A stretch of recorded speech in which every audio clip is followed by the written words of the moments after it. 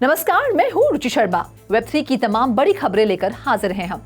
Take Mahindra के top executive ने बताया है कि कंपनी आने वाले दिनों में बहुत सारी मेटावर्स डील्स के साथ संलग्न है, जिसमें 5G एरा का इस्तेमाल मौजूद होगा। चीफ स्ट्रैटेजी ऑफिसर जगदीश मित्रा और टेक महिंद्रा के हेड ऑफ ग्रोथ ने मनी कंट्रोल को बताया कि कंपनी के पास हाल में 70 to 80 एक्टिव मेटावर्स डील्स हैं। मित्रा ने सटीक आंकड़ों का खुलासा किए बिना कहा, टेक महिंद्रा के एक्टिव मेटावर्स डील्स की ट्रिपल डिजिट मिलियंस की ऑर्डर बुकिंग हुई है। अक्टूबर में टेक महिंद्रा ने कहा कि वह अकेले 5G प्रोजेक्ट से फाइनेंशियल ईयर 23 के अंत तक लगभग $1 बिलियन का रेवेन्यू हासिल करने की राह पर हैं, जिसमें मेटावर्स डील्स शामिल हैं। Banking, financial services, manufacturing, telecom, media, entertainment, health care और लाइफ साइंसेज सहित सभी सेक्टर्स से मेटावर्स और अन्य फ्यूचरिस्टिक प्रोजेक्ट्स की मांग है। मेटावर्स एक वर्चुअल इमर्सिव एनवायरनमेंट है जो डिजिटल इंटरैक्शंस की सुविधा देता है।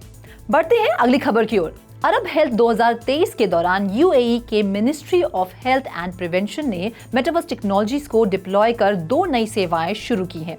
सेवाएं डॉक्टर्स और एलाइड प्रैक्टिशनर्स सहित मेडिकल प्रोफेशनल्स का आकलन करने के लिए है। रिपोर्टर्स के अनुसार सेवाओं में से एक 3D digital metaverse assessment service है। ये सर्विस गवर्नमेंट और प्राइवेट मेडिकल फैसिलिटीज को बेहतर बनाने के लिए रियल, वर्चुअल और डिजिटल वर्ल्ड्स को शामिल करेगी। बाकी अहम खबरों के लिए करते हैं विशाखा का रुख। Over to you Vishakha. Software analytics company MicroStrategy ने 2022 में अपने बिटकॉइन होल्डिंग्स पर $1 बिलियन से ज्यादा का घाटा देखा है, लेकिन उसने साफ कर दिया है कि वह बिटकॉइन में ट्रेडिंग करना बंद नहीं करेगी। माइक्रोस्ट्रैटेजी ने 2 फरवरी को अपनी 2022 के क्वार्टर 4 और ईयर एंड अर्निंग्स रिलीज की, जिसमें उन्हें साल 2022 में बिटकॉइन होल्डिंग पर $1.3 बिलियन का नुकसान हुआ था। माइक्रोस्ट्रैटेजी के को-फाउंडर माइकल सेलर ने कहा कि कंपनी कई अलग अलग बेंचमार्क के अगेंस्ट अपने स्टॉक परफॉर्मेंस को मापती है, जिसमें सबसे महत्वपूर्ण बेंचमार्क बिटकॉइन का प्रदर्शन है। सेलर ने कहा कि जब से माइक्रोस्ट्रैटेजी ने पहली बार अगस्त 2020 में बिटकॉइन खरीदने की घोषणा की थी, तब से कंपनी बिटकॉइन को एक इंडेक्स के रूप में बेहतर आउट परफॉर्म किया है। अब बढ़ते हैं अगली खबर की ओर। ईथरस्कैन के डेटा के मुताबिक पिछले 13 घंटों में बाइनेंस ने 6.4 ट्रिलियन SHIB को एक एनोनिमस वॉलेट में मूव कर दिया है। विशेष रूप से ट्रांसफर 14 ट्रांजैक्शन से ज्यादा में हुआ है। द क्रिप्टो बेसिक रिपोर्टिंग के साथ कल टोटल 1.6 ट्रिलियन SHIB पर रिपोर्टिंग हुई।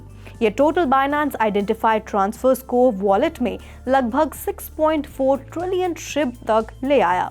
हालांकि वॉलेट का बैलेंस सिर्फ लगभग 5.9 ट्रिलियन SHIB दिखा रहा है, जिसकी वैल्यू करंट रेट्स पर $74 मिलियन से ज्यादा है। इसका मतलब है कि रिसीव्ड फंड्स में से कुछ एक बार फिर मूव हो गए हैं। ट्रांजैक्शंस का कारण साफ नहीं है और कमेंट के लिए बाइनेंस ने अभी तक रिक्वेस्ट का जवाब नहीं दिया है। Over to you Sandeep. Australian government अपने मार्केट रेगुलेटर की डिजिटल एसेट टीम को मल्टी स्टेज अप्रोच के हिस्से के रूप में आगे बढ़ा रही है, जिसका उद्देश्य क्रिप्टो पर शिकंजा कसना और क्रिप्टो फर्मों से हाई रिस्क डिस्क्लोजर्स को सुनिश्चित करना है। ऑस्ट्रेलियन ट्रेजरर जिम चाल्मर्स और असिस्टेंट ट्रेजरर स्टीफन जोन्स के 2 फरवरी के संयुक्त बयान में बताया गया कि नए मेजर्स का उद्देश्य क्रिप्टो करेंसी में डील करने वाले कंज्यूमर्स की सुरक्षा करना है। ट्रेजरर्स ने कहा कि मल्टी स्टेज अप्रोच में 3 एलिमेंट्स शामिल होंगे, जिसमें स्ट्रेंथनिंग, इन्फोर्समेंट, बोल्स्टरिंग कंज्यूमर प्रोटेक्शन और इसके टोकन मैपिंग रिफॉर्म के लिए एक फ्रेमवर्क एस्टैब्लिश करना शामिल है। ऐसे में मेन चेंजेस में से एक Australian securities and investment commission की डिजिटल एसेट टीम के आकार में बढ़त और इन्फोर्समेंट मेजर्स को बढ़ाना होगा। तो आज के लिए बस इतना ही। ऐसी वेब3 से जुड़ी सभी खबरों को लेकर हम आपसे फिर मिलेंगे। तब तक के लिए देखते रहिए 3.0 TV।